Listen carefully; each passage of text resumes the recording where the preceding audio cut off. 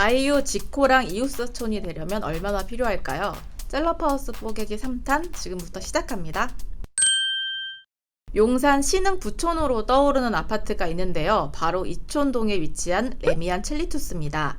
첼리투스는 라틴어로 하늘로부터, 천국으로부터라는 뜻이라고 해요. 지금 대림산업이 성수동에 짓고 있는 49층짜리 아파트보다 무려 7층이나 높습니다. 바로 첼리투스는 56층인데요. 하늘에서 왔다는 이름답게 용산구에서 가장 높은 아파트고요. 서울에서도 원탑입니다. 어떻게 한강변 아파트가 56층이 됐는지, 또 여기에 살고 있는 셀럽들은 얼마나 벌었는지 지금부터 알아보겠습니다. 첼리투스에는 진짜 많은 연예인들이 살고 있는데요. 아이유 씨, 유인나 씨, 지코, 배우 이선균 씨 부부, 유지태, 김유진 부부 등이 살고 있습니다. 아이유는 이미 과천이나 양평 등에 투자를 해서 부동산으로 재미를 본 친구죠. 매우 똑똑하게 투자를 잘하는 친구로 알려져 있습니다. 아이유가 첼리투스를 매입한 시기는 정확하게 알려지지 않았지만 처음 언론에 나온 게 2017년 정도입니다. 당시에는 첼리투스 시세가 20억 원에서 27억 원 정도였는데요. 전용 면적이 165제곱미터로 모두 같습니다. 첼리투스 시세가 최대 7억까지 벌어지는 이유는 층별로 뷰가 다르기 때문인데요. 우리가 한우를 살 때도 등급을 나누는 것처럼 아파트에도 등급을 나눕니다. 로얄층 로얄동이라고 하는데 첼리투스는 보통 101동 40층에서 47층까지를 최고 등급으로 쳐줍니다. 건물 높이가 워낙 높다 보니 층별로 조망권이나 프라이버시가 다르기 때문인데요. 가장 최근에 있었던 거래는 지난 6월 25층짜리가 33억 원에 거래된 바 있습니다. 그래도 20억 원을 투자해서 33억 원으로 3년 만에 65% 정도의 수익률을 본 거니까 실거주 겸 투자로 굉장히 성공적이라고 할 수가 있겠죠. 첼리투스가 지금도 비싸지만 앞으로도 쭉 비쌀 것으로 예상되는 이유가 있습니다. 바로 뷰입니다. 사람들이 압구정 현대아파트를 대한민국 최고의 부촌으로 꼽잖아요. 압구정이 풍수적으로 명당인 점도 있지만 실제 아파트 가치를 감정평가하신 분들의 이야기를 들어보면 1등으로 꼽는 이유가 따로 있습니다. 압구정의 땅을 잘 보시면 한강이 활처럼 휘면서 땅을 감싸는 부채꼴 모양인데요. 이 정점에 위치한 현대아파트는 서울 양옆을 흐르는 한강을 한눈에 조망할 수 있는 위치에 있습니다. 용산 이촌동이 바로 압구정의 강북 버전인데요.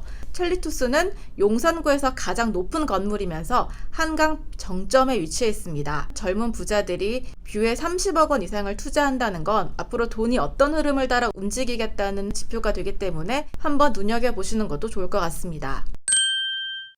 주식에도 대장주가 있는 것처럼 아파트에도 대장주가 있는데요. 첼리투스는 용산구의 대장주입니다.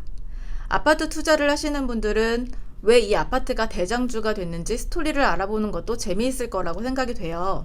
첼리투스의 전시는 1974년 지어진 렉스 아파트입니다. 재건축이 안 됐다면 올해 46살 정도 됐는데요.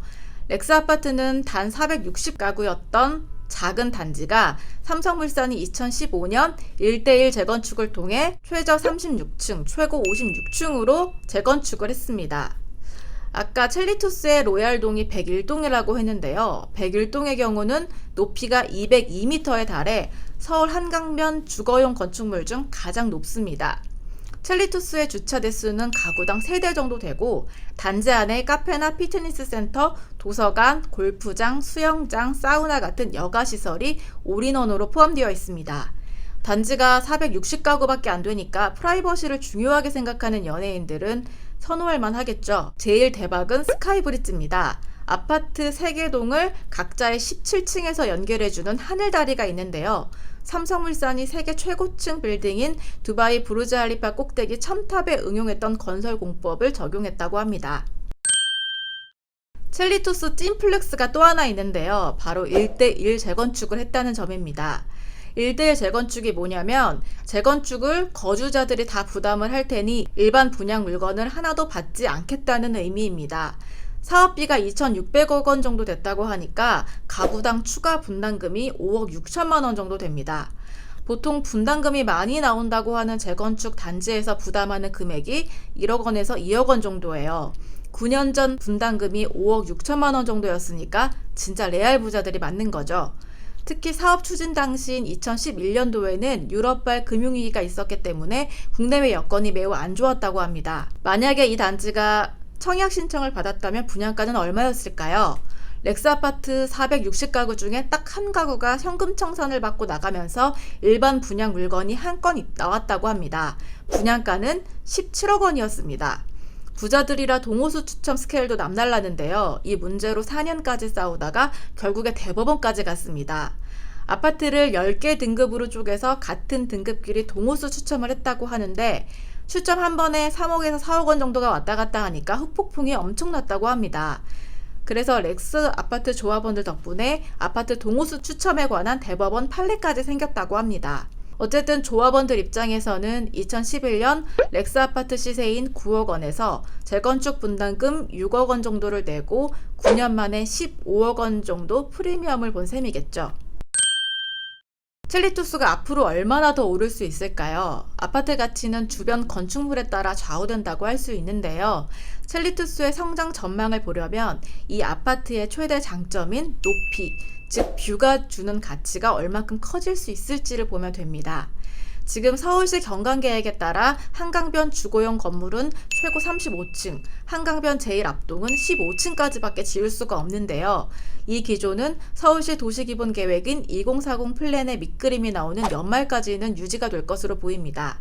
종합하면 당분간 서울에서 50층 한강변 아파트를 구경하기 힘들다는 얘기입니다.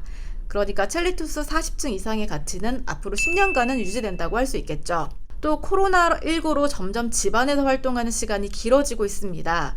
입지가 좋고 고급 단지일수록 대형 평수 선호도가 매우 높습니다. 유행이 위에서 아래로 퍼지는 것처럼 아파트도 비슷한데요.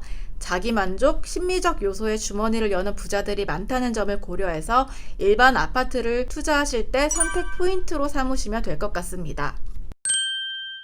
오늘 영상이 좋으셨다면 구독과 좋아요 버튼을 눌러주세요. 다음에는 더 재미있는 셀럽하우스로 찾아뵙겠습니다.